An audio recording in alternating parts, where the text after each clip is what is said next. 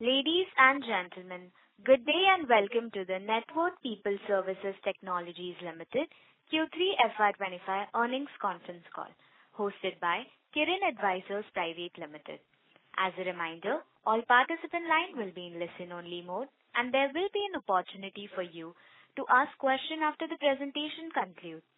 Should you need assistance during the conference call, please signal an operator by pressing star, then 0 on your touchtone phone. Please note that this conference is being recorded. I now hand the conference over to Ms. Vaishnavi Ambolkar from Kirin Advisors Private Limited. Thank you, and over to you, ma'am. Thank you, Sejal. On behalf of Kirin Advisor, I would like to extend a warm welcome to everyone attending the NPST Limited Q3 FY25 conference call. We are pleased to have with us NPST Senior Management Team, Mr. Deepak Chand Thakur, Chairman and Managing Director, Mr. Ashish Agarwal, Joint Managing Director, and Ms. Savita Vashisht, Executive Director. This call is scheduled to run approximately 40 to 50 minutes. To ensure that everyone has a chance to engage, we kindly request that each participant limit their questions to 2. This allows the management team to address as many queries as possible within the given time. If we are unable to answer any questions during the call, please don't hesitate to reach out us at info@kirinadvisors.com. We will gladly coordinate with the management team to arrange the discussion. We greatly appreciate your understanding, cooperation, and we look forward for a productive and engaging session. With that, now I will hand over the call to Mr. Deepak Chand Thakur. Over to you, sir. Hey, thanks, Vaishnavi, and thanks everyone for joining the quarterly call so early today. Good morning, everyone. Like I always say, this is the only time when we connect to all of you and your questions help us understand the market too well. These inputs have helped us in rectifying directions and build a stronger growth story for the organization. If you ask us how has been our last quarter, let me tell you that we have realized that we have a brake in our car so that we can drive faster and control better. Thanks to all my advisors. I know you guys have a lot of questions around numbers today, but I'm more confident than ever about the organization's growth plan. Let me tell you that our numbers have dipped, but our overall performance in the key parameters that we look at has never gone down.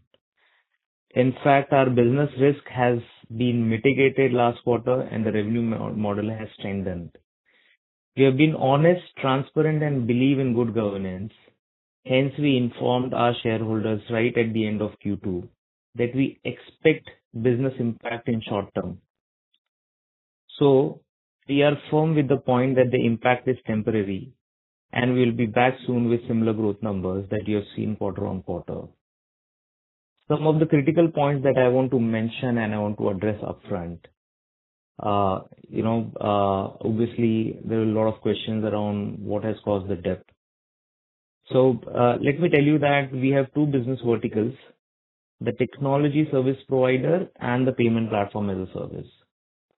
In second vertical, we provide payment platform to banks and aggregators. Our primary source was a bank from the cooperative segment. It was during the end of Q2 when the bank policies changed and the acquiring policy was to be relooked for the cooperative banks. This took some time where we got space to relook at the future challenges we can come across. This has caused the dip in payment platform vertical, having an overall impact in the P&L. We did not anticipate it will impact the entire quarter, but it did. We were better off since the policy changes. We are now better off, and we have completed the entire policy changes, and the cooperative banks can restart the acquiring business. That's the recent update. The new onboarding, which was completely halted, has now already begun. In the last 9 quarters, we were swamped with customer demands due to the nature of the digital payment industry. We could never anticipate such challenge. As a future risk mitigation and solution to this challenge, last quarter we completely fast-tracked our technical journey to add more banks in the ecosystem, which will de-risk these challenges, as well as the new product addition, which were majorly in the pilot stage. We were able to push that completely into production. Beyond the existing banks from cooperative segment, we now have private sector and a payments bank. Apart from these three, we have two more banks lined up from the small finance bank category. So our entire offering is complete. We soon intend to commit the best success rate in transaction in the entire industry, thanks to the focus we had on the technical upgrade last quarter. In fact, all three banks have started onboarding customers already. What we essentially have done is de-risked and diversified the business model in payment platform to averse the future challenge and deliver better results. But that's not where we have stopped. We were agile and quick enough to bring all the future roadmaps early to de-risk and diversify the entire payment segment. Yes, I mean the entire payment segment. We have used this space to build the revenue engine from other segments, which was otherwise to be built a year later. We have added RegTech as vertical and built an AI ML engine for predicting fraud as well as bringing stronger compliance in the entire banking ecosystem. We want to contribute to the regulator's vision of stronger and better digital payment ecosystem. Since we are the only one working between banks and payment aggregator, we have massive understanding of this requirement and we have built our own IP in RegTech. We are confident being the first mover as well as industry expert in domain as well. In fact, we recently won the award for this product in Bharat FinTech Summit. Apart from RegTech, we launched Credit Line for UPI, which is an opportunity for banks to encash on UPI network. We went live with one bank and we are in the midst of multiple tenders right now. We are building the Credit Line platform for NBFCs. BBPS, which we launched last quarter, we are soon to monetize it here on, in fact this quarter itself. Our bet on offline payment by becoming partner to bank on building QR and Soundbox solution has paid well. We have not only received incremental orders, we have added more accounts in this space. That's majorly our story for last quarter. You can say that we have been like fishermen who couldn't go to sea due to storm. But we sat and fixed our net during this time to get a better cash tomorrow. That has been major efforts for last quarter. Let me take you through numbers. Our revenue for the quarter 3 has gone to 23.23 crore. I know that's not what you would like. As against 31.39 in Q3 last year and 68.97, which was a marquee quarter for us in last quarter. While the revenue got dipped, but EBITDA and PAT has remained strong and positive, that we have ensured. Our EBITDA is 35.33% as 8.21 crore and PAT is about 5.14 crore, which is still maintaining 22% PAT ratio. We have still managed a healthy P&L and our 9 months consolidated numbers are upward with about 78% growth in revenue, 96% in EBITDA and 133% growth in PAT. Our guidance for this year seems getting impacted due to Q3 results. However, we are trying our best to achieve better and stay put on the numbers. But like I said, we believe in being transparent and we feel the guidance may have an impact, but this can be ascertained only by the end of quarter 4. So that has been the major pointers about the last quarter. The rest, I think it will be more of a Q&A that, we can better address your queries. Thank you for being with us during this time and believe your support will help build a strong and sustainable growth story for the organization, which we always look forward to. Vaishnavi, you can take up the questions, please. Thank you very much. We will now begin the question and answer session. Anyone who wishes to ask a question may press star and 1 on their touchtone telephone. If you wish to remove yourself from the question queue, you may press star and 2. Participants are requested to use handsets while asking a question. Ladies and gentlemen, we will wait for a moment while the question queue assembles. The first question is from the line of Akshay from CD Integrated Services Limited. Please go ahead. Hello, am I audible? Yes, sir. Yeah, Akshay. Yeah. Sir, I had the question regarding recently we had the news that Razorpay and Cashfree stop direct integration with third-party service providers like JustPay. And so can you put some light on that and what is the impact of this type of development in our types of business? For the captive business, Razorpay and Cashfree has the ability to build their own payment switch. So they don't need a third party. Ideally, everyone else has a dependency on third party who build their technology platform. So JustPay has been their technology partner, and I think they have invested and reinforced building the technology themselves internally, and now they don't need JustPay. So they have their own internal team. Their spend accordingly will increase. So that's majorly how this structure is between JustPay and these guys. Okay, so means we don't have this type of partnership, and our types of business don't impacted by such developments. Is this right? No, we don't have partnership with large players. We don't work in this model. We work majorly for the acquiring banks, and then we also work with payment aggregators who need our platform. The ability to have their own switch and behave like a bank rests with these top 4 to 5 payment aggregators. Okay. Sir, and my second question is that in the last phone call and the online investor meet, you were extremely confident about almost achieving the 2 particular revenue with 75 to 100% growth guidance. However, the actual sales has been very, very poor this quarter. You have given the reason for the same as well. But given this significant miss, so what is your revised guidance for the next quarter, and why should investor trust now your projections going forward? See, to be very honest, this is a temporary impact, and the moment we anticipated, we informed that there will be a short-term impact. However, we didn't anticipate that it will last this longer, and that is the reason why my entire Q3 got impacted. Well, about the trust of the investor trust, I feel that this is the first quarter where you have seen the impact, and we did not sit only on one single point, and then we realized what more has to be done. And that has been relentless efforts all these days in last 3 to 4 months. So guidance, when it comes to guidance, I feel that we are still focused on that number so that it doesn't change.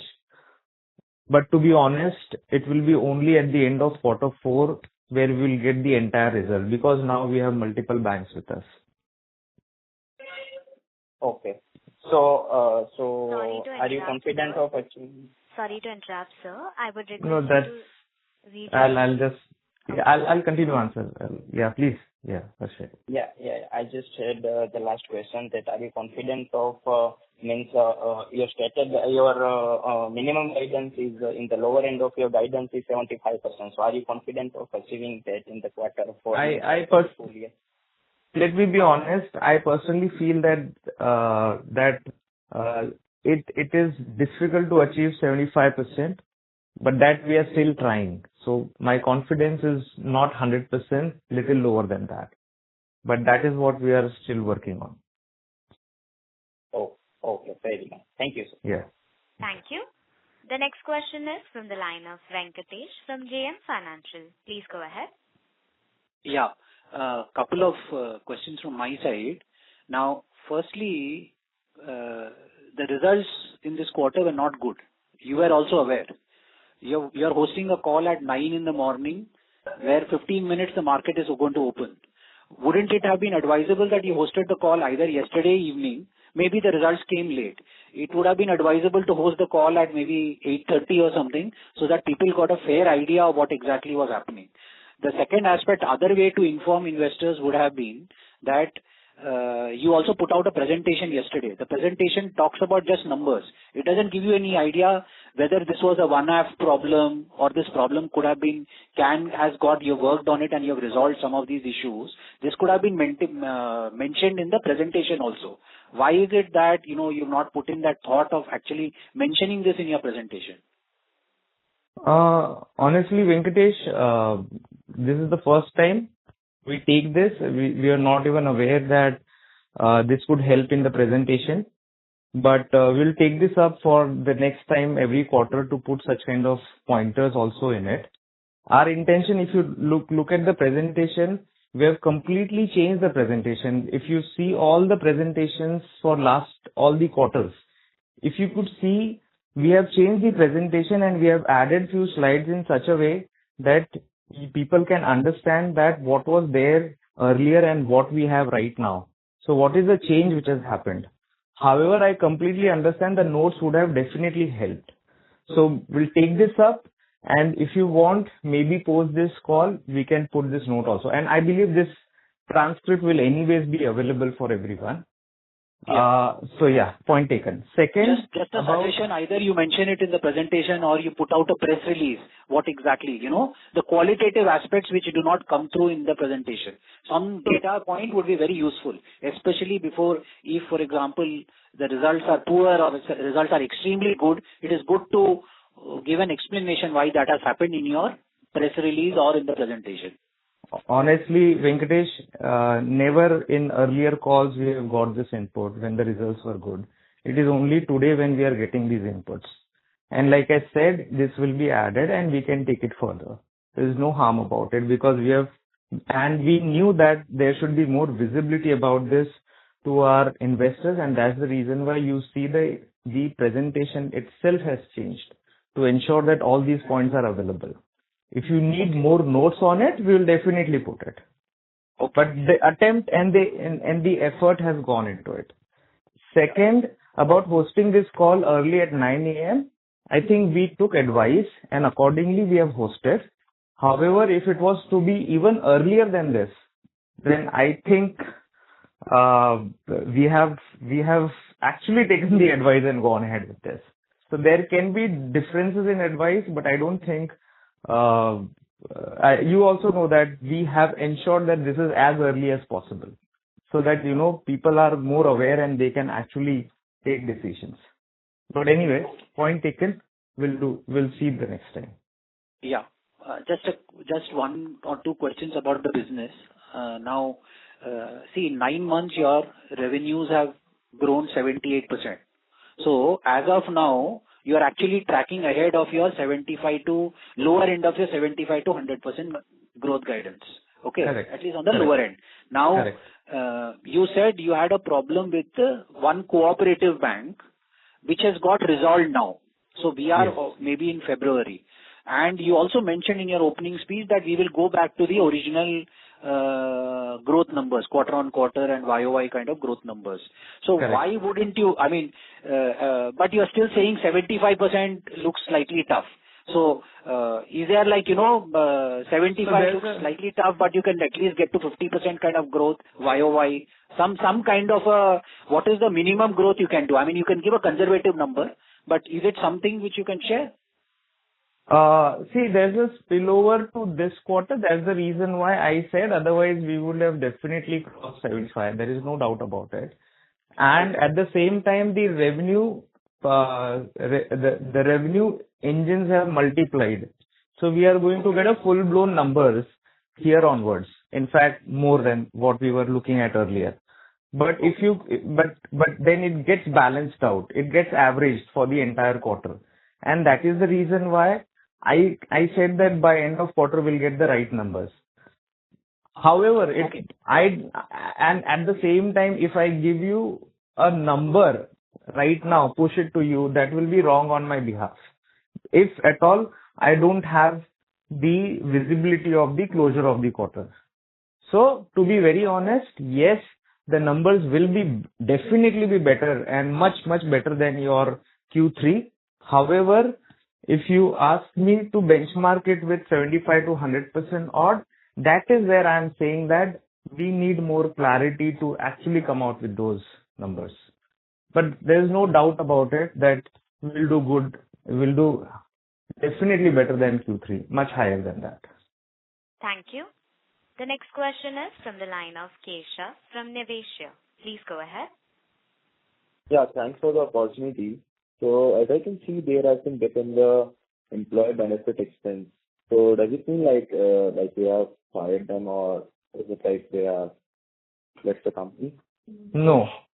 So the entire structure of the organizations remain as is.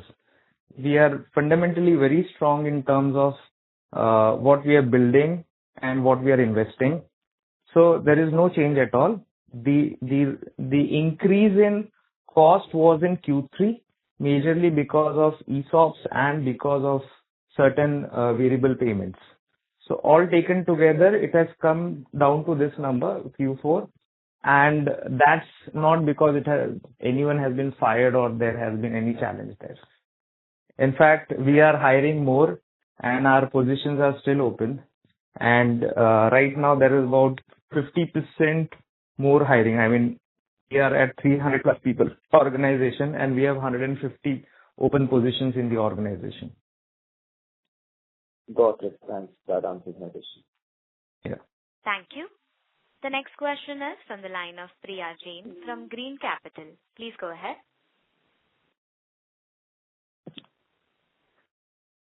Hello, good morning, sir. So my question Hi, is very far from your quarter results. So my question is, how is NPST integrating AI into its service to drive innovation and more customer-friendly applications or interface?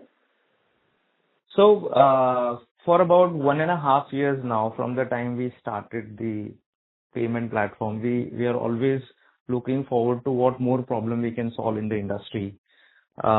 We have a lot of visibility around banks, functions, compliances, and at the same time, the payment aggregator, gateways, and merchants functions and their compliances. So all taken together, it is very, very difficult to process billions of transactions and bring out a meaningful information to manage compliances and predict frauds. So we have fraud engines in the market, which is, reactive in the sense, it can tell you how fraud has happened, but it cannot tell you the possibility of fraud in it. It cannot tell you that your compliance rate is getting impacted. For that, you need a strong machine learning system. You need AI to build those models. And we have been able to train our engine with about 644 million transaction data. And that is what I was talking about RegTech, where we got awarded. So that's how we are integrating AI in the system. And wherever we have payment platform, this will be one of the core deliverables for the banks and the aggregators and even large merchants. So that's the core focus right now. And then learning from this, we'll definitely be looking at more areas around the business impact, the business growth, and many other areas. Okay, fair enough, sir. And my next question is, with budget allocation to our digitalization, how big opportunity do you foresee for the fintech industry in general and NPST in particular? So, like I said, RegTech is extremely big. The bigger the transaction volume in the country, bigger is the risk associated with the digital payment. Now, this realization and this quality of information we have very clearly right now. And all taken together, we have we believe that the budget approves of the entire fintech and payment industry's growth path. And at the same time, MeitY's focus on building the rural India and how the rural penetration has to be looked up. That is clearly called out. NABARD is more powerful than ever to bridge the gaps. The cooperative segments are now more empowered with better and stronger policies. So all of this will pave the way for our growth story. So I have one more follow-up question on this. How many banks are in pipeline and how many will you add in next quarter? So we were at 12 banks last financial year. We are almost at 18 to 20 odd banks right now. That's a very good number, I think. And we have, and when it comes to payment platform, we were just one bank and now we have 3 banks and 2 are in pipeline this quarter itself. So, that's the number. Good to hear, sir. So thank you and all the best. Thanks. Thank you. The next question is from the line of Rajesh Jain from RK Capital. Please go ahead. Hi, sir. Good morning. I understand that the guidance will be impacted this year. What is likely to be your growth rates going forward for FY26 and FY27 based on whatever visibility you have now? What is the most conservative number that you can give for the next 2 years? See, to be honest, the numbers for next year we have never given. We have only given numbers for this financial year. We want to account whatever happened in Q3 and how we are closing Q4 and then give the number for the next financial year. Our aspiration, our wish list is to maintain whatever we have achieved, whatever we intend to do, around 75%. But the final numbers, I would say that let us reserve it for the Q4 call. Okay, but on a high base of the last few years, you are still maintaining your aspiration at 75%. Yes. Even though it's not an official guidance, but your aspiration, you think it is achievable if things go well over the next few years? Yes, because there are a lot of new segments which we were able to tap last quarter due to, the time and space we got. And all these segments will definitely be monetized in next year. However, the number calculation for those monetization will happen only during the process. And that's the reason why for me, if I have to give guidance, I can give guidance on payment platform and I can give you guidance on the bill aggregation. But when it comes to other segments, RegTech, credit line, in fact, offline payment has also picked up. So if I have to give guidance for 2 more segments to be added, that will be difficult to account. That's why I said our wish list will still remain same, but it is only at the end of quarter where we can actually see the monetization impact for the other segments. Okay. And sir, what are the opportunities in the RegTech space? Can you explain a little bit in detail? And who are your competitors in the RegTech space? Okay, so the global RegTech market is $37 billion. And the payment alone, if we look at, is between $2 to $5 billion in India. The product that we have built, we intend to, so we are the first mover in that, and it doesn't exist. I don't want to detail out more in the call due to competitive information. We are readying up for a massive industry launch for this particular product. So competition for this product does not exist because this is built on the huge data points that we had already, and anyone claiming it has to go through 644 million transaction record to arrive where we are. So yeah. I can give you a market size, but monetization will be also on SaaS-based model going forward. The more you utilize the platform, accordingly you pay for it. So this will be more on SaaS-based model. That is what I can say. Yeah, that's about it. Okay, and last question, is PaySprint or Sprintax, are they in the same business and are they a competition for you? PaySprint is my customer. They can consume services from me. Okay. In fact, they are my customer.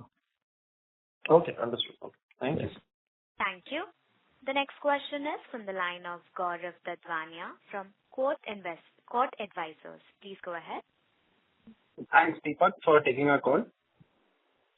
Yeah, hi. Tell me. Hi. So my question is, can you give us exactly during what time were the revenues affected, and starting what time has the business been back to normal? Somewhere around, Ashish, from the billing perspective, can you I give think somewhere certain about in the month of August, if I'm not wrong, end, the impact. almost? End of, Okay. I And think then, somewhere billing got impacted somewhere, end of August. That means the billing impact would have been somewhere in September early.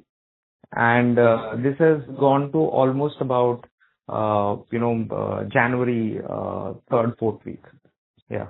January 3rd, 4th week. So we can Yeah. expect about 2 months of full revenue in March quarter, for example. Yeah. That will come across. Got it. Thank you. And the second question is, you always quoted the GTV numbers, in the This time it will be difficult. It's almost 90% drop, almost. Sure. So difficult to quote now. Okay. That's it from my side. Thank you. Yeah. Thank you. The next question is from the line of Hardik Gandhi from HPMG Shares and Securities Private Limited. Please go ahead. Hello, am I audible? Yeah. You're audible. Tell me. Yeah. So good morning, sir, and thank you for hosting the con call. Just Yeah. wanted to know two things. First, to understand the kind of business model we have, how much of the revenue is fixed and how much of it is variable, and how is the billing system work? Just to understand the dynamics of it.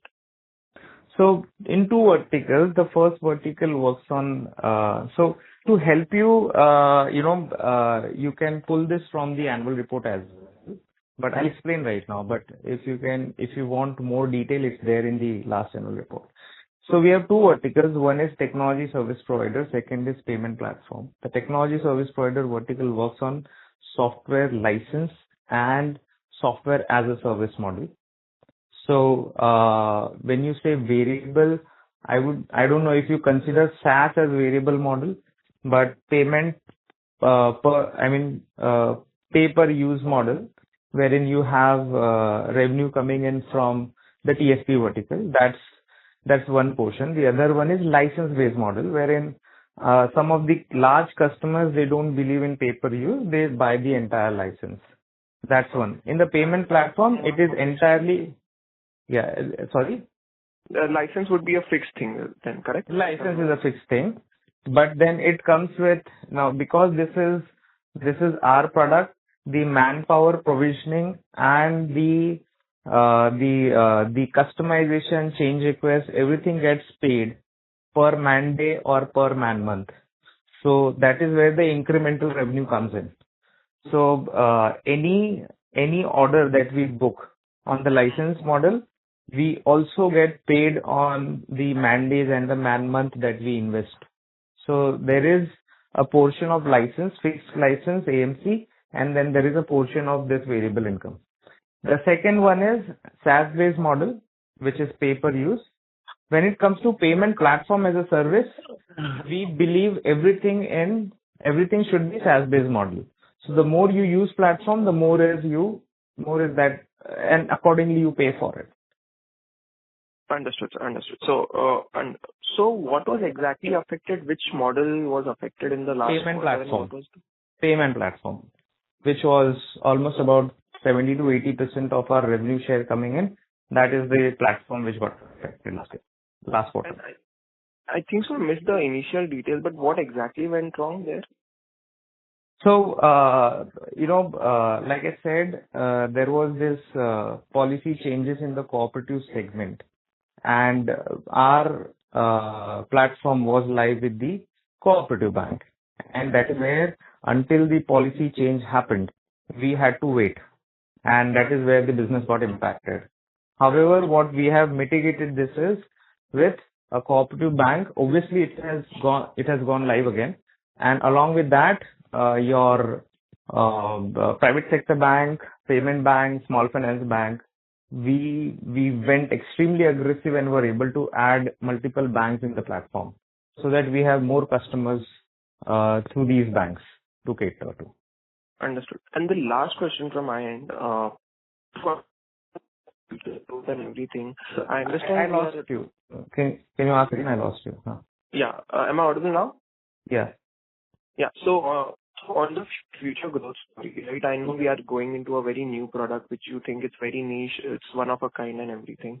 But on the existing business front, are we targeting any non-cooperative international banks or something? Because there, I think so, there are still a lot of adoption of UPI and other payment solutions are pending. So just wanted your thoughts on that.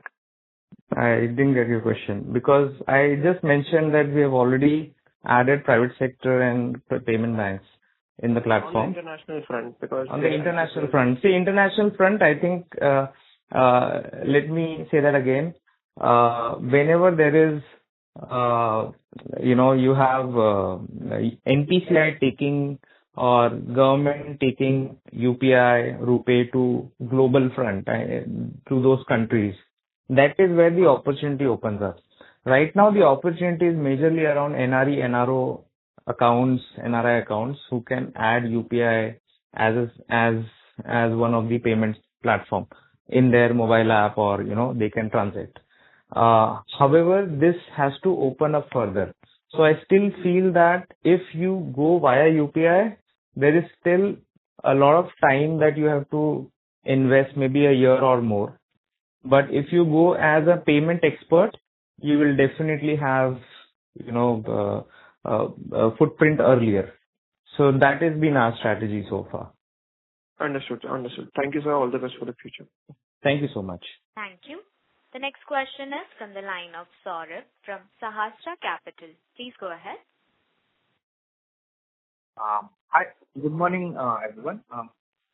Deepak, Yes, I wanted to ask about the TimePay app. So I reviewed I saw the reviews on the Play Store, and I'm seeing that users are not very happy with the app. It's not about, there are problems that, there could be problems that the UI is not good, it's buggy or laggy, maybe for some devices. But the problem that users are expressing is that their money is getting stuck while making payments. So I would like to know what is happening there. I feel that, every single of those issues have been addressed because, okay, let me tell you that we did not have larger focus in TimePay, and every time anyone has asked us about this product, we have said that it is slightly futuristic in nature. However, last quarter, we took a decision to also take this towards monetization. And that is the reason why you will see a lot of action happening on TimePay now for last 4 to 5 months maybe. During this time, since this is the stage wherein we have just gone ahead with a renewed pressure on taking this product customer centric, we have come across these challenges. There is no denial to that. However, now we have product, tech, business team completely aligned to TimePay, and they are contributing to complete revamp of the solution. Second point, when it comes to the money getting stuck or anything like that, there is a very strong compliance from our sponsor bank, RBI, NPCI, wherein as per the complaints, ombudsman complaint, we are supposed to resolve this in specific time. So we do not have any complaint as such, which is pending, and all of these have been settled really well. So it is a slight bit of journey more, maybe a month more, wherein we will be up to the mark as per the industry. Okay. Thank you. Yeah. Thank you. The next question is from the line of Parikshit Kabra from Kirin Advisors LLP. Please go ahead. Hi, Deepak. Hi, Parikshit. Hi. I just want to first begin by saying that, I appreciate you taking the call. This thing, it wouldn't have been an easy call to take up today morning. But I appreciate that you have maintained the discipline of doing the investor calls every quarter, even though you don't technically have to. So, your update so far has been very helpful, Deepak. Just one thing I wanted to ask is, since Jan fourth week was when, things started returning back to normal. In the last couple of weeks, what kind of, return of your existing customers, your old customers, how quickly are they rediverting their traffic to you? How quickly are you able to add new customers? How's that run rate going for you? Are you finding any resistance in your old customers? So yeah, there was a lot of challenge in reinitiating everything, platform being completely new, and then adding more banks to it. So obviously there was an impact, and that's why, the scaled up team were able to maintain that. So most of the aggregators whom we worked with, they are now all aligned with us. And at the same time, the onboarding process has completely begin for all the banks. It's not that one bank, but all of these banks. When it comes to run rate, it will, in fact, I would say that it will pick up. I mean, it is still picking up. So, the numbers will be difficult to share right now, but, these are early stages wherein when I say fourth week of January, almost by then, we were completely able to close the pilot and then start the onboarding process. So numbers are still working, in the sense it is early stages wherein they will now go through that initial numbers, and then they will actually put the entire traffic. So that's what I see right now. So Feb and March you will get. Got it. And now that you have 3 sponsor banks and 2 more in the pipeline, how going ahead, how will you channel funnel your leads towards one bank or the other? How will you be prioritizing the decision, the new business? So banks are the decision maker now, as per how we have actually looked at the entire structure, wherein banks will have all 3, because we have now 3 banks. Each bank will have to be the decision maker of getting these guys onboarded. So if at all one of the aggregator is onboarded with 2 of the banks, that is the advantage with us and the advantage for them also, because now any downtime or any success issue, they will have 2 banks to support as an alternate system. And that was the beauty of Evoke 3.0, which we launched. So we feel that this will also further add to the increased confidence in traffic. So the decisions will come from banks, and then depending on how many banks these guys are onboarded, we will get an advantage. Got it. So basically every acquirer that you get on board, you will make them available to all the 3 or 4 or 5 banks, and the banks can decide if they want to approve or not. Whichever banks approves, you will provide the acquirer the ability to use all 3 of them, 4 of them, 5 of them, or whatever number that is available through your single API. Yes, correct. Perfect. Last question, the RegTech and UPI credit lines, when are you planning on launching them and commercializing them? RegTech on payment platform, not credit line. RegTech on payment platform, we have already completed. We are talking to a couple of Big Four to launch this solution as one of the best in industry, because we know that it doesn't exist.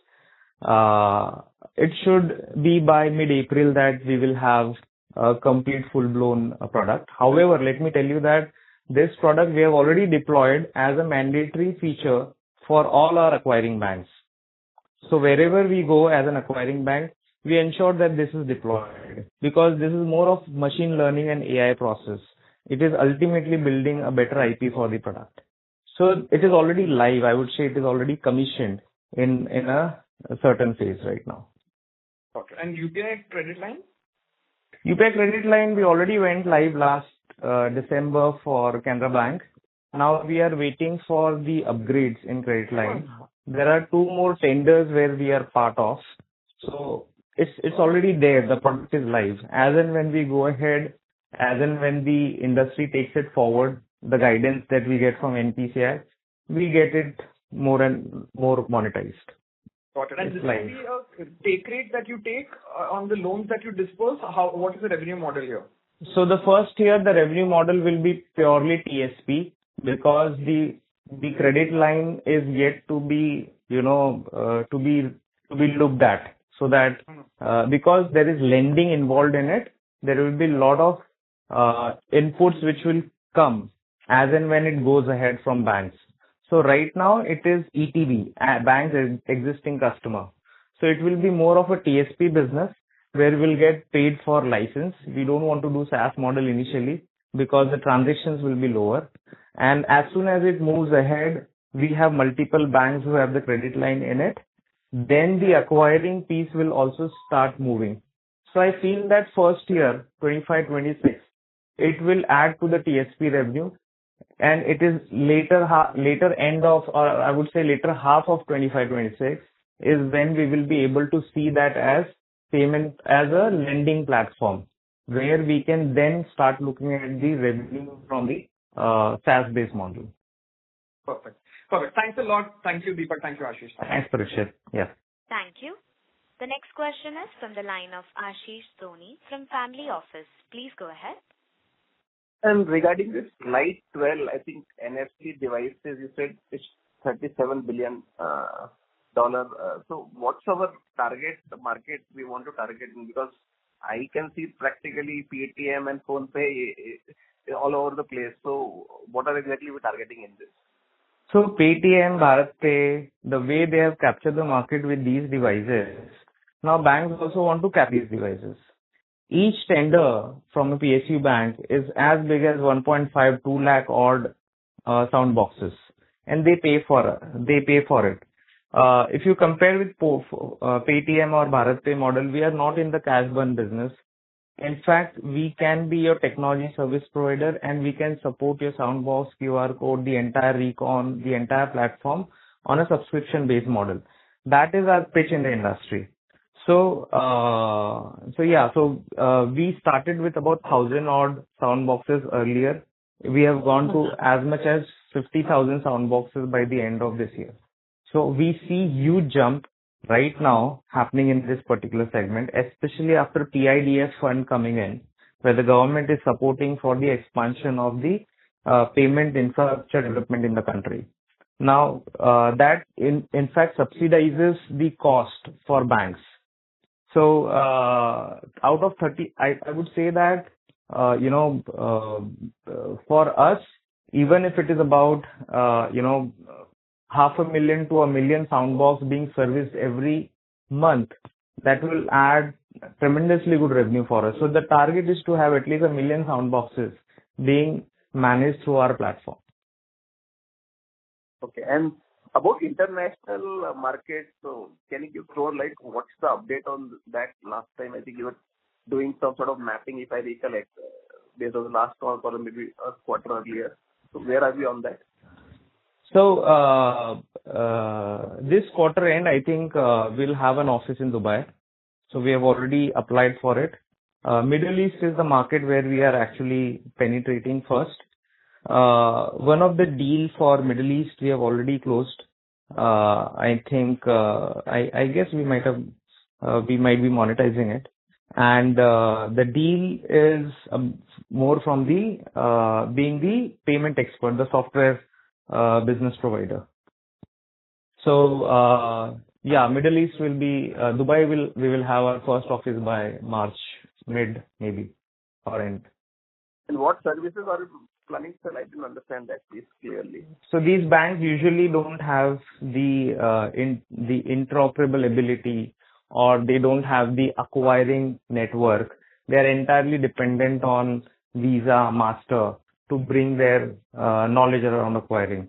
Whereas Middle East market follows a lot of, they really look at RBI, whatever innovation it does, and then, they adopt. This is the story of Middle East and African market. So we, being a technology partner to Indian banks, we are looked at someone who can actually provide the software solutions for them. So a platform wherein they can manage their customers, merchants, a platform where they can manage the reconciliation, they can manage the overall interoperable payments. So that is where we are now working with them. Okay, thanks. Just one suggestion, if you can elaborate for next year financial planning, this slide 12, maybe add more depth to it, that will be helpful for investors. That's a suggestion from my side. What is slide 12? Sorry? Slide 12, the levers. Slide 12. Oh, sorry. Okay. So you can expand that for our reference in terms of what we are targeting. That will help in terms of what is the strategy of the company, maybe next financial year forward. See, like I said, I think I indirectly answered this, but let me reiterate the fact that, last quarter has been really a lot of pressure in ensuring that we sail through, maintain profitability, maintain positive EBITDA, and at the same time bring the agility that we have, plus diversify, de-risk whatever we can. So the result of it is next year, the revenue will not only be from payment platform alone, but monetizing the other segments also. So our bet on the revenue will still be our online payments, which we have maintained, the TSP business. Offline payment will start adding revenue. Bill aggregation will also start adding revenue. I see these coming really well for the next year when the visibility around the monetization I have. And beyond that, the new lines of business around credit line and RegTech, they are, I think, only by next year we will come to know as in the process what kind of monetization we will be able to do.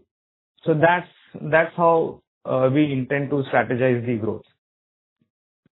My only suggestion was if you can add like how much percentage you are targeting your revenue in strategy in this slide for the next. Right now to be open, the existing business portfolio of the organization will contribute about 85 to 90% odd, and the new portfolio that we are building should add at least 10-15% in the P&L. Sure. Thanks and all the best. Thank you. The next question is from the line of Prateek Chaudhary from Samatya Capital. Please go ahead. Good morning, sir. Good morning, Prateek. Sir, my question first is on the payment platform, because that's where we have had most of the churn that has happened. So, in the time that this disruption was taking place at the cooperative bank, our clients might have moved to other platforms who were giving similar service. So how, again, and this was one of the questions that was asked previously also. So how easy would it be for us to get back those clients? And second, would there be any changes as far as the take rate is concerned? Because now we are starting with new relationships with these newer banks who are our sponsor banks in this payment platform. So would this mean that our take rate would undergo any significant change going forward? Yeah. So you rightly pointed out earlier also, like I said, I think the first part of your question, because these guys got impacted, they obviously moved out to other banks. But the industry needs multiple banks to manage such huge volume of business. Secondly, what is the value-added services and what is the problem that you are solving? Which bank is able to solve the problem really matters. And that's the hook wherein these guys come back. And we took almost a month to bring back these customers. So we have already gone through that journey. So I would say that now it's about the onboarding which is going on. They are already, in a phase wherein they are putting in numbers, they're committing numbers, and then the transaction volume. So all that is going on right now. So that journey we have gone through. The second one is the take rate. I would say that the take rate will change because and it will balance out, because now you don't have one bank, you have multiple banks. So each bank has its own policy how they want to monetize. So the moment they go ahead, the moment they they go in the structure, the kind of engagement that we have, we personally feel that the volume will balance out for whatever changes the take rate will go through. So whatever change it is, I believe that it will not have an impact on the revenue, if that is what you mean. because the numbers will the numbers will actually balance out based on the volume and the take rate taken together. Great, sir. In this RegTech platform that we are building on top of our payment platform, what additional percentage basis points would we be able to earn, basis this service offering? Like I said, it is only in the April when we go launch, we will be able to commit the monetization. So it will not be basis points for sure, that I can tell you. But it will be pay per use. That means it can be based on transaction. It can be based on the number of merchants. It can be based on the number of the compliance reports. So all taken together, it is a massive data point that you will be mining. So let us reserve it for the Q4 end, because we are yet to get the number. That's why I'm not committing the RegTech number right now. Right. And just a final question. Sir, I would request you to rejoin the queue for your follow-up question. Thank you. The next question is from the line of Subhash from Value Investments. Please go ahead.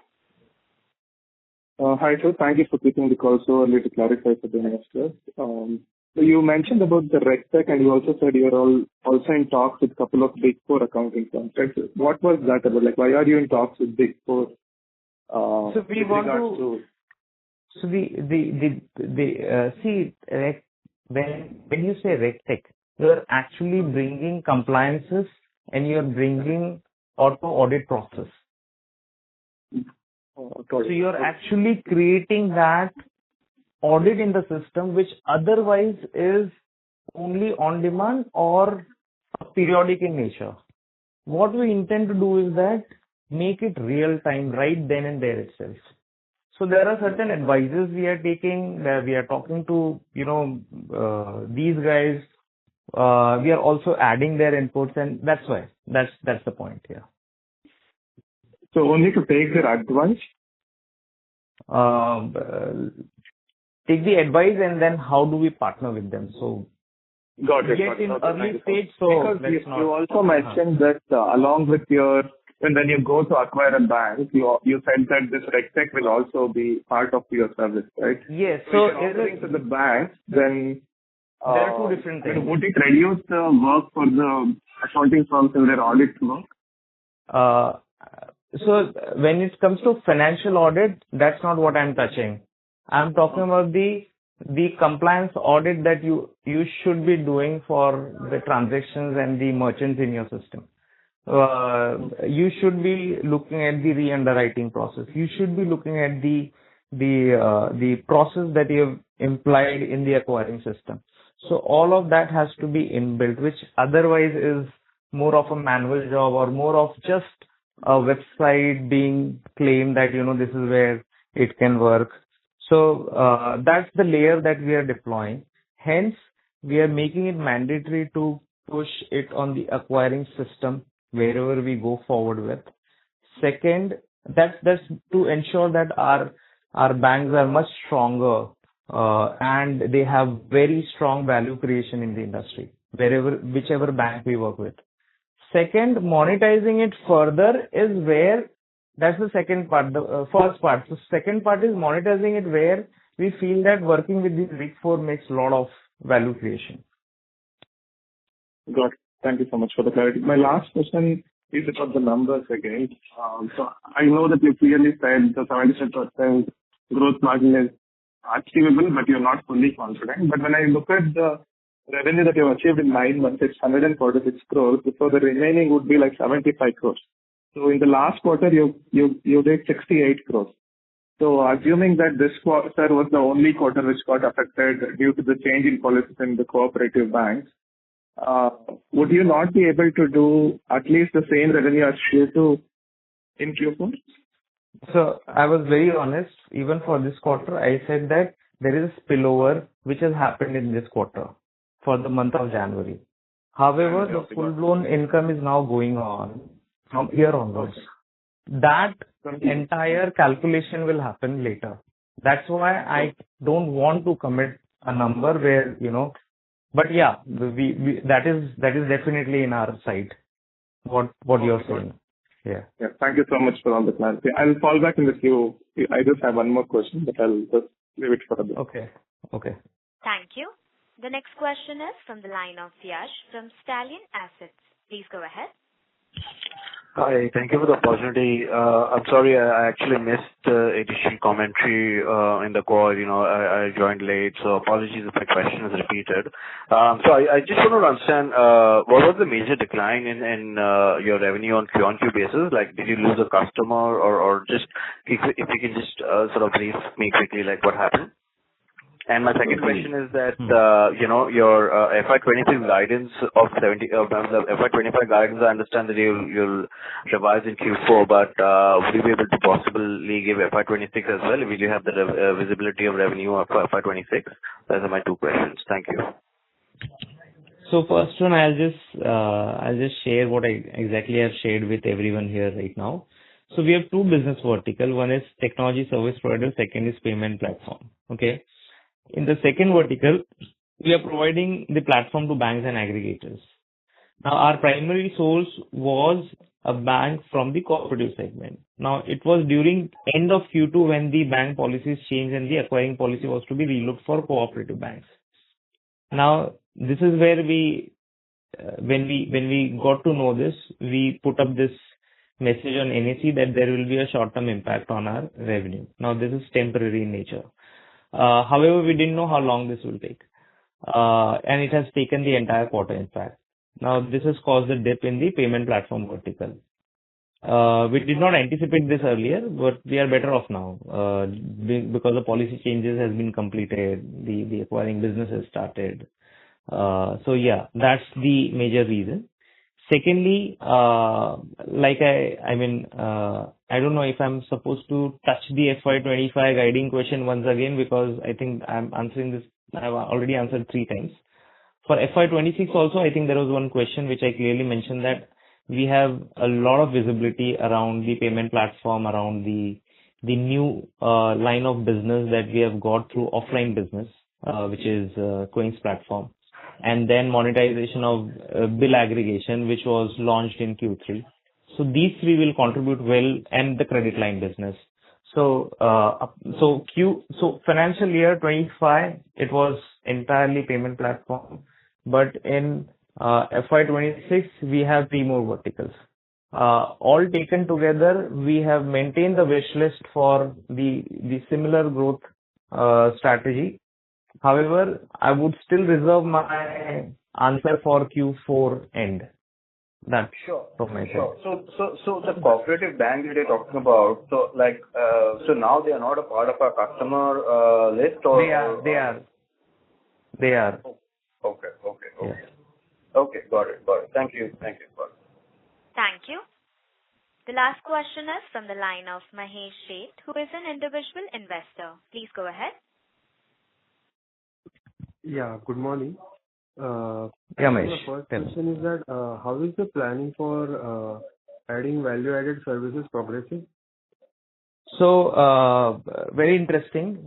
Good question. So, when we say value-added services, as in when we go ahead, we come to know what are more problems in the ecosystem which can be solved by bringing the value-added services. So, auto reconciliation was one of the problem statement which we have solved in Evoke 3.0. And let me tell you that we have been able to add revenue through this value-added services in 2 new contracts that we got between Q3 and Q4. So, as and when we go ahead, we will definitely find more options around it, like dispute resolution. The dispute resolution in UPI was entirely manual in nature. Now, we were one of the first one to step into it because our aspiration around building a strong merchant ecosystem for banks is very high. So we built the merchant online dispute resolution as a POC for with NPCI somewhere in 23 GFF FY20 somewhere August September 2023. Now that we have been able to monetize here because now the volume of business has increased and the dependency on online dispute resolution is higher. So that is also we were able to monetize.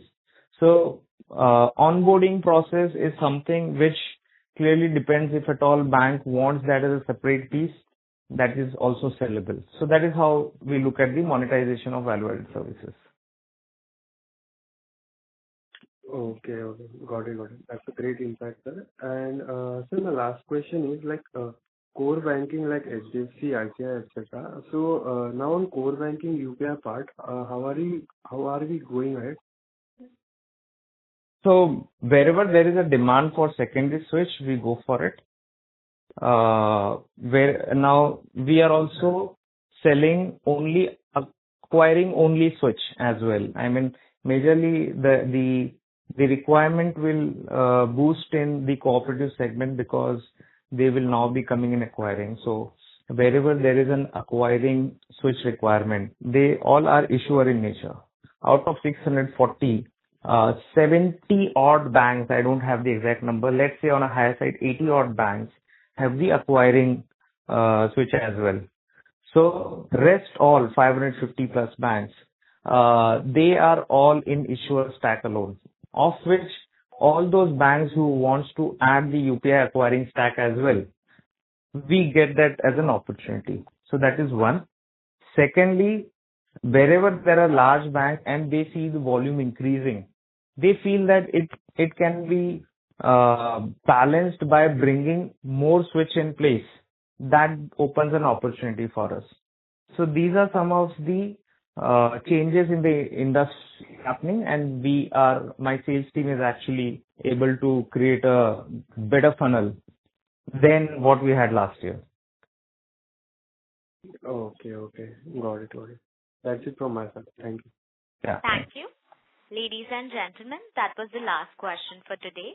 I now hand the conference over to Ms. Vaishnavi Amborkar from Kirin Advisors Private Limited for closing comments. Thank you everyone for joining the conference call of NPST Limited.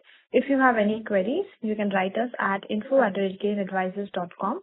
And once more, thank you management, thank you participants, and thank you everyone. Thanks, Vaishnavi. Thanks, everyone. Thanks, Vaishnavi. Yeah. Thank you, sir. Right. On behalf of Kirin Advisors Private Limited, that concludes this conference. Thank you for joining us, and you may now disconnect your line.